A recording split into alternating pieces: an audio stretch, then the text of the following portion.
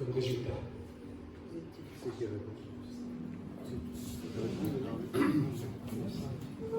Bon, après les questions, je laisserai plutôt ceux qui étaient à Pamiers.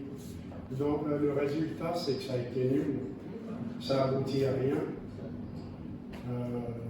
C'est comment vous dire, il a été muté, c'est un autre évêque qui vient de prendre sa place.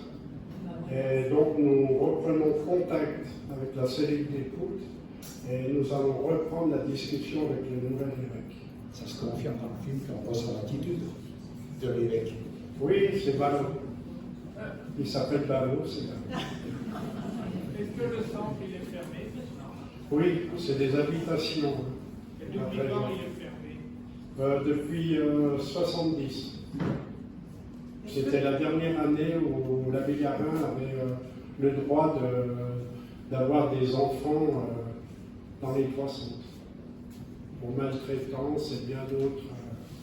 Est-ce que vous savez où est l'abbé Garin aujourd'hui? Il est décédé en 74. Ah, Il est dans la Mercury. À Mercury, il est enterré. Ah, monsieur Louis, Il a un joli caveau à Mercury. ouais. Et au niveau de la justice, il y a prescription? Pour l'instant, il y a prescription. Donc, on va se regrouper en grand nombre pour relancer, porter plainte. Et vous êtes combien au total? Au Qui vous total, connaît? dans le premier groupe qu'on avait formé en 2003, on était 89. Et là, on est à peu près une trentaine. Et il y en a combien qui sont morts? Il y en a qui se sont ôtés la vie, il y en a qui sont dans des hôpitaux, qui sont soignés dû à ce qu'ils avaient subi chez l'abbé Garin, et d'autres qui sont décédés.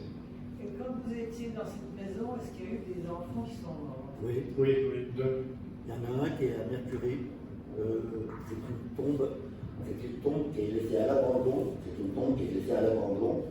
Quand vous voyez les caveaux de la famille Garin, quand vous rentrez dans le cimetière, sur votre droite, dans le fond, on voit bien le caveau de l'abbé Garin, la famille Garin, et vous regardez, vous voyez la tombe de ce gamin qui s'appelait Pfaff, qui était pris sous l'aile de l'abbé Garin.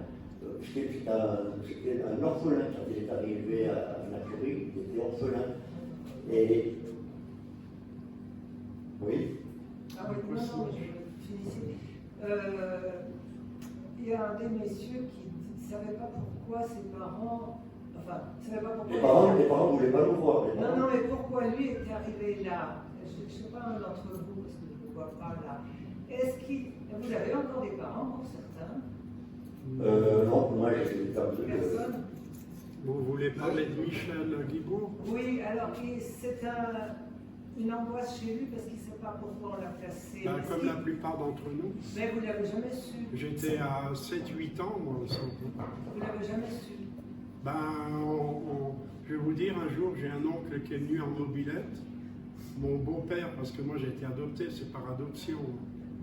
Et il y avait mon oncle, il y avait le beau-père et moi derrière assis sur une balise où je devais la tenir et on m'a emmené comme ça jusqu'à Mercury. Mais je ne savais pas pourquoi. Vous n'avez jamais eu d'explication de Non, votre vie? non. On était 12 dans la famille. Mais Donc, c'est pas la justice qui vous place? Certains, oui, certains. Par un juge. Et je pense Vas-y. que l'Étoile, effectivement, c'est de 50 à 70, mais après, l'Étoile a toujours existé. Enfin, existait. C'est le centre d'apprentissage. Après, c'était ça, le centre d'apprentissage qui était à 2 km du village. Voilà. Donc pour certains, comme nous, on a passé des années chez l'abbé Garin et après on a été transporté au CET. On a passé plusieurs années encore. Vous avez appris un métier. Voilà. Ouais. Mais la violence existait toujours. Il n'y avait peut-être pas des violences sexuelles, mais il y avait des violences physiques qui ont perduré. Parce que il y avait des chefs et des cheftaines qui étaient chez l'abbé Garin qui sont venus avec nous. Et eux ont continué à nous maltraiter. Mais après, c'était plus catholique. Non, Non, parce que je connais. ça n'a pas empêché que certains ont continué à nous frapper à tout va. Au niveau des éducateurs. Voilà, absolument. Automatique du matin au soir. Vous confondez avec l'oiseau bleu? Non, pas du tout, le centre de l'étoile. Non, non, le centre d'apprentissage. Ouais, le CET. Mais l'abbé Garin n'avait plus rien, aucun Voilà, droit. c'est ça. Et par contre, après, il y avait plusieurs centres. Il y avait Montmélian, il y avait. Montmélian, c'était l'Arlequin. Oui. Saint-Pierre d'Albigny, c'est toujours la Belle Étoile. Et c'était une ancienne cheftaine qui nous maltraitait, qui est devenue directrice à Saint-Pierre d'Albigny, qui a recommencé à refaire les mêmes punitions. Et jusqu'à en quelle année alors jusqu'à. En 70, l'abbé Garin. Ouais, dans la Après, Ça a duré jusqu'en il 80. y a eu un centre d'apprentissage jusque dans les années 2000. Parce qu'il y avait trop de brutalité, il y avait de la drogue, il y avait un peu de tout. Ouais, c'est ça. Après, c'est des jeunes. Ça n'avait plus rien à voir avec nous. Par contre, il faut savoir qu'aujourd'hui, on a un avocat qui va se charger de faire passer en justice ceux qui sont encore vivants et faire valoir aussi nos droits. Et nous allons aller porter plainte à la gendarmerie, parce qu'on est toutes ces personnes, plus d'autres qui ont vécu chez l'abbé Garin, et on va pouvoir justement parler et faire sortir tout ce qu'on a gardé en nous depuis 60 ans. Hein. Donc, et là, on pense que ça va faire comme à Bétarame, et qu'on va sortir la tête de l'eau. Et la différence entre Bétarame et nous, c'est que Bétarame, ce sont des enfants de bourgeois, et nous, on est des enfants de l'assistance publique, et on est des pauvres. On était des pauvres à l'époque, donc quelque part, on n'est pas entendu, parce que ça n'a aucun intérêt, mais il y a des gens qui s'occupent de nous, et aujourd'hui, je suis allé à la gendarmerie parce que je voulais aller porter plainte, et l'avocat m'a dissuadé de le faire tout seul. Donc je me suis renseigné, et je suis tombé sur des gendarmes très très sympas, et qui doivent requérir. Qui était à votre écoute. Voilà, absolument. Mais je n'ai pas fait de témoignage. Par contre, j'aurais expliqué qu'on avait un avocat et qu'on était pour l'instant une quinzaine qui étaient prêts à porter plainte, tout ça. Et j'ai demandé s'ils pouvaient nous recevoir tous ensemble, mais ils ne peuvent pas, malheureusement. Mais par contre, on doit faire une réunion avec l'avocat et puis Clémence Davigo qui a fait le film, et prendre tous les noms de ceux qui veulent porter plainte et les communiquer aux gendarmes, et eux vont pouvoir se charger d'appeler les uns et les autres, parce qu'on est disséminés un peu dans toute la France, et d'appeler tous ces gens et de les faire témoigner, et afin de faire ressortir cette histoire de l'abbé Garin. Parce qu'il ne faut pas oublier que tout ce qu'on a subi, vous ne le voyez pas dans le film, mais on a subi des atrocités, il ne faut pas l'oublier.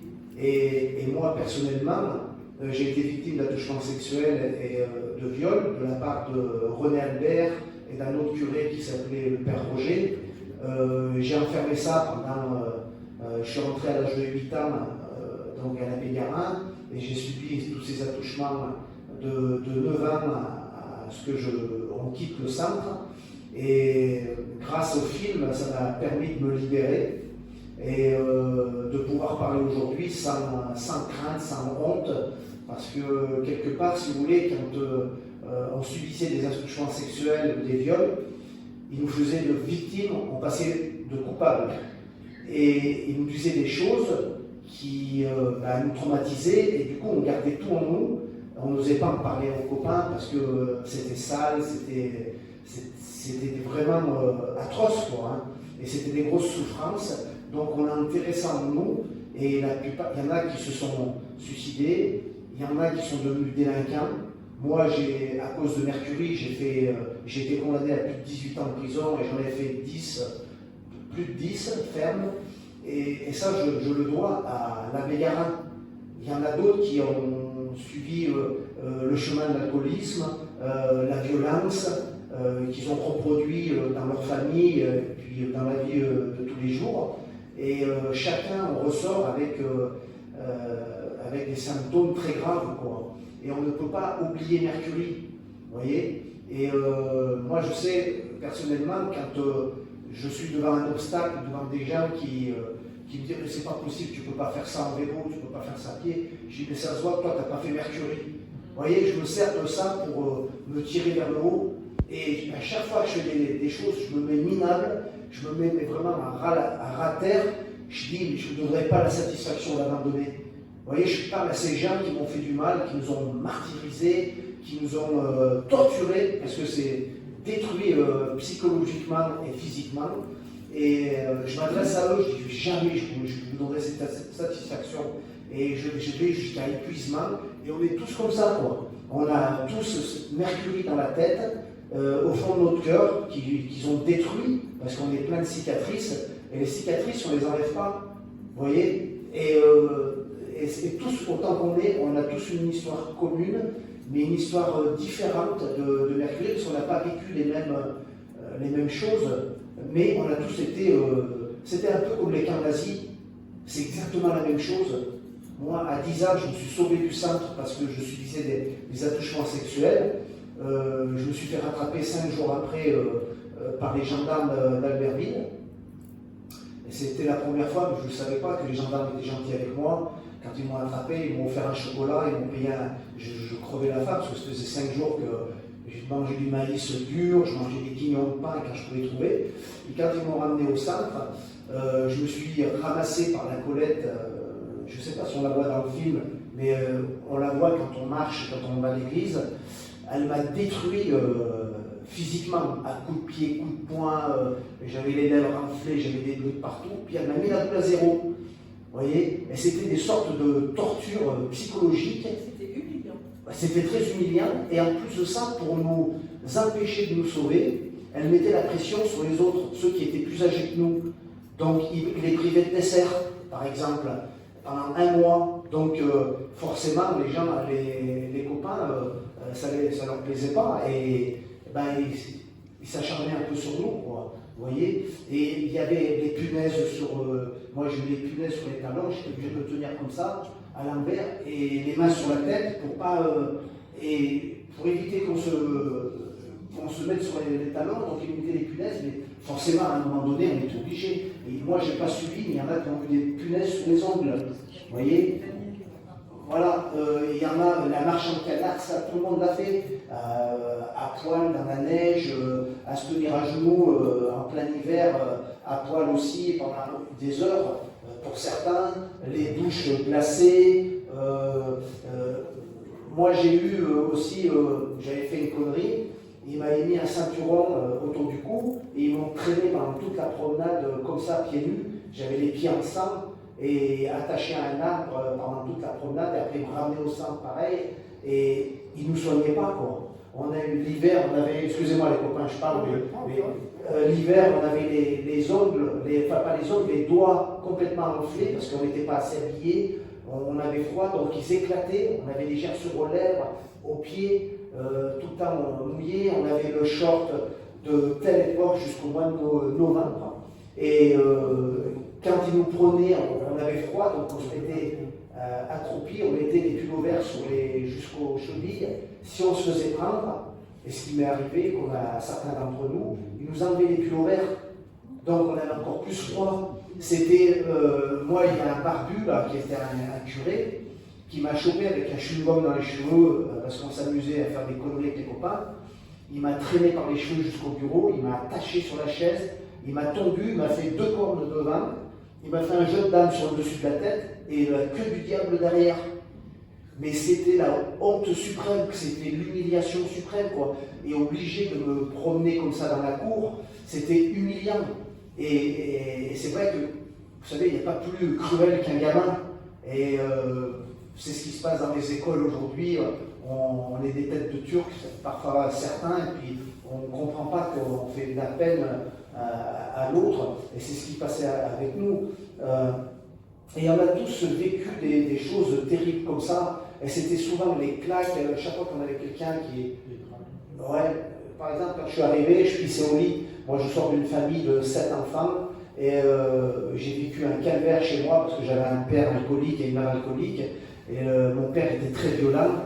Donc j'ai vécu un calvaire chez moi et j'ai cru quand j'allais venir à la Belle Étoile, quand le juge m'a dit que vous allez aller à la Belle Étoile, j'ai dit putain chouette, la Belle Étoile ça sonne bien, mais je ne savais pas que dans son sein c'était l'enfer que j'allais vivre. J'ai vécu un enfer que j'en ai quitté un autre. Et j'étais tellement perturbé psychologiquement que je pissais au lit. Et le premier jour que je suis arrivé, j'avais 8 ans, j'ai entendu mon nom le matin, quelqu'un sort des rangs. Et là, vous entendez parler dans le film La Guenon, ce fameux Félix qui était un ancien de l'abbé Garin et qui est devenu chef dans les années 60, 65, ouais, 63, voilà. Et qui lui, au lieu de dire j'ai souffert, je ne vais pas faire vivre à ces gosses ce que j'ai vécu, il nous a fait vivre le pire. Il a reproduit et il m'a demandé à me mettre à genoux. Il a pris les draps, il les a mis dans la figure comme ça, et il m'a obligé, après des coups de pied, des claques, tout ça, il m'a obligé à porter les draps autour de mon cou toute la journée. Et j'ai été la risée de tout le monde, et j'étais nouveau, 8 ans. C'est pour ça qu'il ne faut pas voir des adultes là, il faut voir des enfants qui ont entre 8 et 13 ans, et c'est terrible. C'est terrible parce que vous subissez tous les jours des humiliations comme ça, la soif, la faim, parce qu'on avait faim aussi, et on avait une louche de ci, une louche de ça, alors que quand on est enfant, on a besoin de manger, on dépense beaucoup d'énergie, et là on crevait la faim, donc on allait piquer dans les champs, comme ils disent dans le film, on allait piquer des pommes l'hiver sous la neige, et on a vécu vraiment des choses terribles.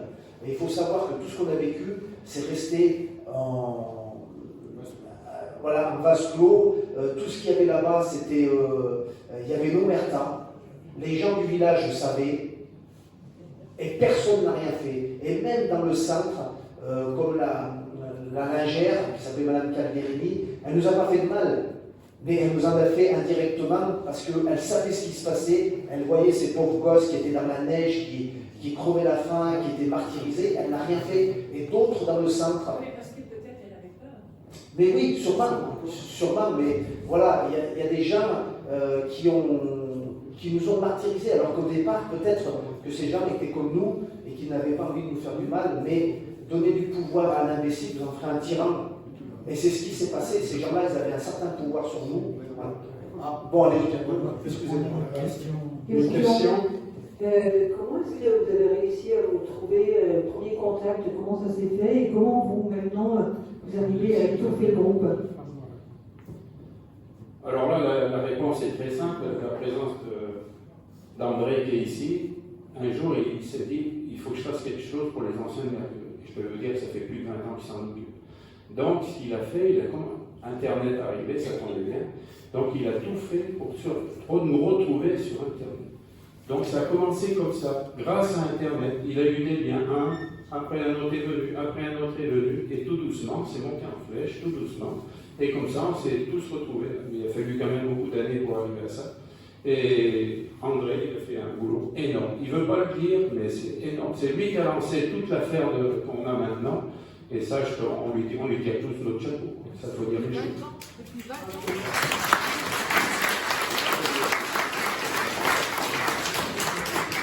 J'ai mis la première pierre. Oui. Après, tout le monde suit. Sans eux, je ne faisais rien. Vous êtes combien maintenant? On a le premier groupe, c'était 89. Maintenant, c'est une trentaine. On est à peu près 100 et quelques.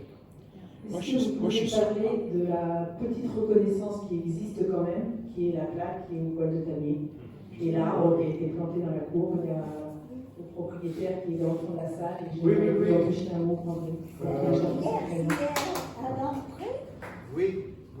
Il y a une plaque, c'est Florian. Oui. Je voudrais que Florian puisse venir, parce qu'on leur doit beaucoup. Hein. Ah oui. On leur doit beaucoup, c'est eux qui se sont occupés, on peut l'applaudir.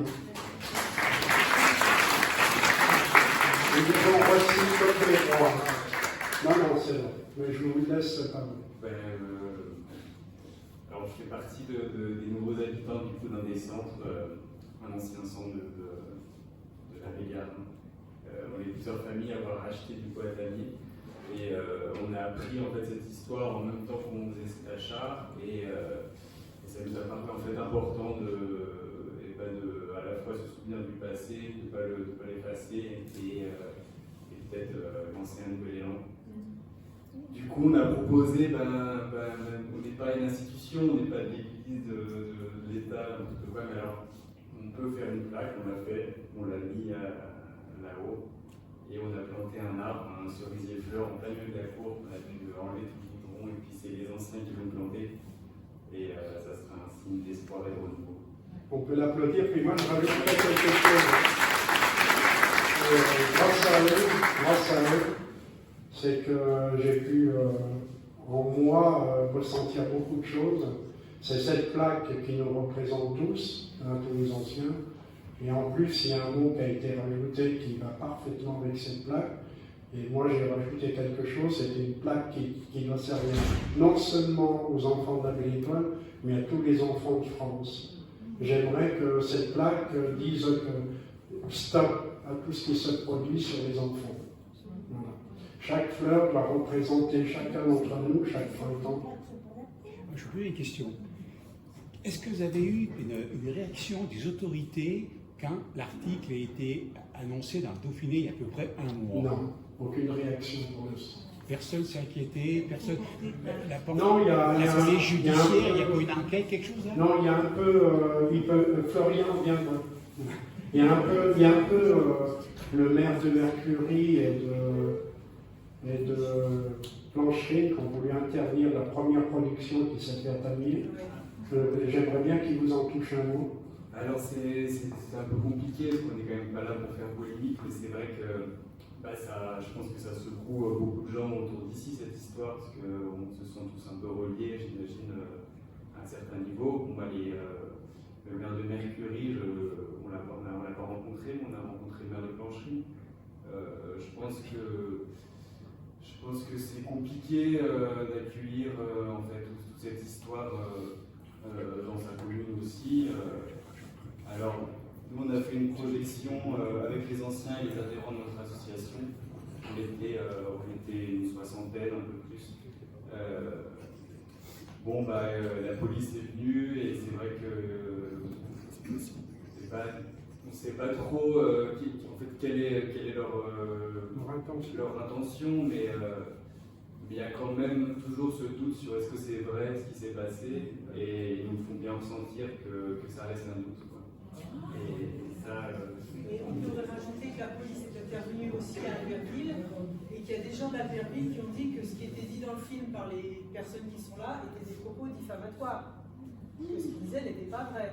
La police est intervenue à Albertville, il y a eu du grabuge. Est-ce que vos tortionnaires sont encore en vie? Il y en a certains et certaines. Ils sont toujours pas là. Notamment le père René Albert.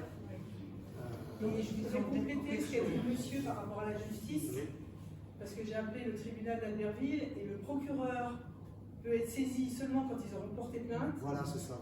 Et ça dépend après de la décision du procureur. Est-ce qu'il continue, il se saisit de l'affaire et il la met au grand jour dans les médias et tout ce qu'on entend aujourd'hui avec les Arabes, ça prendra la même ampleur, ou il ne le fait pas? Madame, vous êtes bien assise. On parlait de René Albert. René Albert, son dernier boulot, c'était juge d'application des peines. Mais c'est pas un procureur. Non, c'est pas un procureur. Mais le procureur, s'il est indépendant. C'est un endroit bien placé pour pouvoir griller les dossiers. Tout à fait. Je peux parler? Je ne sais pas si vous avez été mis au courant, mais le film, on a coupé deux passages. Je ne sais pas si vous le savez. Qu'est-ce que ça? On donne deux noms. On donne le nom de René Albert, qui est toujours vivant, puis on donne le nom du père Roger, qui était moine de l'abbaye. Eux deux, évidemment, des gens qui ont été violés, qui ont été accouchements sexuels. Et quand Clémence Davigo a passé le film au diocèse de Chambéry, ça s'y attendait, je ne sais pas si vous êtes pas au courant, vous n'êtes pas été mis au courant. Vous étiez nous. Ça s'y attendait pas, qu'il y avait deux personnes qui représentaient l'abbaye, et il y avait évidemment l'évêque qui vous avez vu dans le film. L'archevêque. Qu'est-ce qu'il a fait? Et Clémence, elle ne le savait pas. il y avait ces deux personnes de l'abbaye, elle n'a pas été mise au courant, il n'y a rien du tout. Puis quand ils ont vu le film, pensez-vous, ça a fait du bruit. Albert René a porté plainte. Enfin, en fait, c'est moi qui donne le nom. A porté plainte contre la production. Moi, je me dis que. Mais enfin, bref, ça. Elle s'est dit, si il porte plainte, si jamais on répond à sa plainte, c'est-à-dire qu'il faut prendre des avocats, machin, ça peut durer des années, le film, il ne va jamais sortir. Alors, voilà, alors le c'est pas le goût. Donc, elle a coupé deux passages et puis.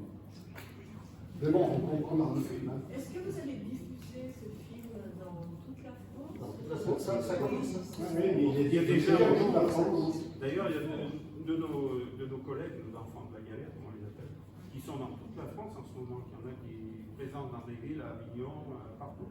Marseille, même en Suisse. Même donc il devrait y avoir vraiment des films. Il y a une chose quand même qui est importante, parce que Clémence Davigo a reçu des messages de Albert René, des messages, des menaces. Et moi j'ai dit à Clémence, je dis, mais comment il a pu avoir ton numéro? C'est le diocèse. C'est le diocèse qui l'a donné. Parce que je comprends comment elle aurait pu. Le tribunal d'Albertville. Et moi, il est directement attaché au tribunal d'Albertville, René Albert. Bon, il a pris sa retraite cette année. Ouais. Bon, mais il avait tous les dossiers en main, il avait toutes les lignes. Moi, je vais vous dire à peu près ce que René Albert m'a envoyé par téléphone, un email, à peu près ce qu'il m'a dit. Hein. C'est si tu me sors de cette affaire, je te serai éternellement reconnaissant. De ce pétrin. De ce pétrin. Je te saurai. Pardon? Je saurai te prouver ma reconnaissance. Voilà, je saurai te prouver ma reconnaissance. Et tu sais bien que je suis innocent. Oui, j'ai appelé la gendarmerie de Saint-Jean. Ils m'ont dit surtout, vous ne lui répondez plus. Et ensuite, il m'a envoyé un autre email en me disant pourquoi tu as changé d'attitude avec moi. Il faut garder tout ça. Non, on y a gardé. Je l'ai transmis à Michel qui l'a transmis à son avocat. Oui. Je vous dis, maintenant, vu votre âge, comment expliquez-vous l'attitude que Sécurité avait à cette époque maintenant, avec, vous avez 70 ans, comment vous dites comment ça se fait qu'ils ont pu faire des choses pareilles? Moi j'avais remarqué un petit cinéma, c'est que pendant l'été, il avait 3 petits gosses, mais je ne savais pas qu'il y avait tous ces viols. Il y avait 3 petits gosses à qui il donnait beaucoup à manger. Nous on disait que c'était des chouchous à cette époque. Mais maintenant, c'était peut-être pour acheter leur silence. Après, vous savez, depuis la nuit des temps, dès que vous avez des adultes, des gens qui sont abstinence et qui sont en présence de gosses, c'est obligé dans leur tête que ça va pas. La frustration. Pardon? La frustration. Voilà, exactement. Vous ne pouvez pas priver un homme de relations sexuelles. Et donc, ils s'en prennent aux gosses parce qu'on est faible. Les enfants sont faibles et puis ils ne vont surtout pas parler. D'ailleurs, l'histoire nous le démontre. Il y a des gens qui mettent 40, 50, voire comme nous, 60 ans à parler, quoi. Parce que c'est tellement vil, c'est tellement sale, qu'on nous a tellement fait culpabiliser qu'on enfonce ça dans les abysses de notre mémoire et on ne peut plus y penser. On construit des murs en béton, en acier, puis c'est au fond, on n'y pense plus, quoi. Puis il suffit de quelque chose pour qu'on parle. Voilà. Si vous voulez bien, on va... juste un petit mot. On va J'ai dû terminer. réunir tout le monde parce que moi, dès ma petite enfance, j'en parlais toujours autour de moi. Je n'ai rien gardé en moi par rapport à eux qui ont mis plus de 50 ans pour pouvoir en parler. C'est pour ça que je m'en sors bien plus que... Et André, est-ce qu'on peut avoir une pensée pour Daniel qui dit dans le film « Mon seul bonheur, c'est d'avoir couru, fait des marathons. » Et Atelier, il m'a dit personnellement, parce que j'étais à côté de lui, j'ai été 36 ans professeur de sport pour des enfants. Moi, j'ai joué beaucoup au foot. Voilà. Et quand il dit « j'ai jamais pu dire je t'aime », eh ben, merci Daniel. Moi, pareil. une dernière question. Est-ce que vous avez eu des enfants et... Bien sûr. Oui, on a tous des enfants. Plus ou moins difficilement. Très gâtés. très gâtés, les enfants. J'ai très gâté Lily. J'ai voulu je les emmenais à l'école, je les ramenais, je m'en suis occupé, comme mes parents n'ont jamais fait. Jamais caché de ce qui vous est arrivé. Jamais dit. Non, André, il l'a jamais caché. Le problème, c'est que les gens ne croient pas. Sans raconter les histoires sexuelles, quand on leur dit ce qu'on a subi, tous, les gens, c'est pas possible, c'était au Moyen-Âge, c'est une autre époque, tu dis des conneries. Et du coup, ça nous ferme. On se ferme comme une coquille, puis après, on ne raconte plus rien parce qu'on ne croit pas. Voilà. Mais en tous les cas, on a eu des enfants où on n'a pas reproduit la violence qu'on a subie. Et ça, c'est important. À part, il a été un peu sévère parce qu'il voulait que sa fille réussisse. Voilà. C'est pas la sévère. Moi, je sais, ça a été tout l'inverse. Ma fille, il y a 15 ans, partie aux États-Unis faire ses études. Ça a été simple. Ma fille, elle était ou première ou dernière à l'école, il n'y avait pas de milieu. Contrairement à eux, où ils ont choyé. Par contre, maintenant, ma fille, tant mieux, elle est en Suède, elle a une très bonne situation. Mais mes petits-enfants, c'est sacré, quoi. Ça, à la limite, ça sautait une génération, on va dire. Mais les petits-enfants, c'est le bonheur de la vie. On va prendre le temps, si vous voulez bien, de voir. Merci à tous d'avoir été. Merci beaucoup.